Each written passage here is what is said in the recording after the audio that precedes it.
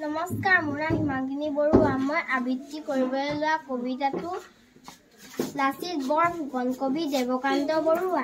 লাচিত ফুকন, মোৰ স্বদেশৰ বীৰ, দেশৰ কাৰণে তাহানি এদিন যাচিলা নিজৰ শিৰ।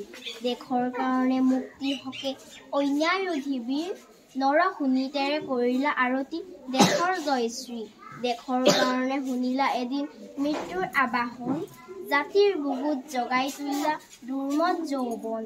পচোৱা বিনাই যায় তাৰ আৰে আৰে কৰুণ সুৰেৰে, কোনে যেন কয় হাই এই সি বিৰাট গড়, যি ঠাই এৰি এদিন বলিহাল হ'ল অপৰাধী মাতুলৰ।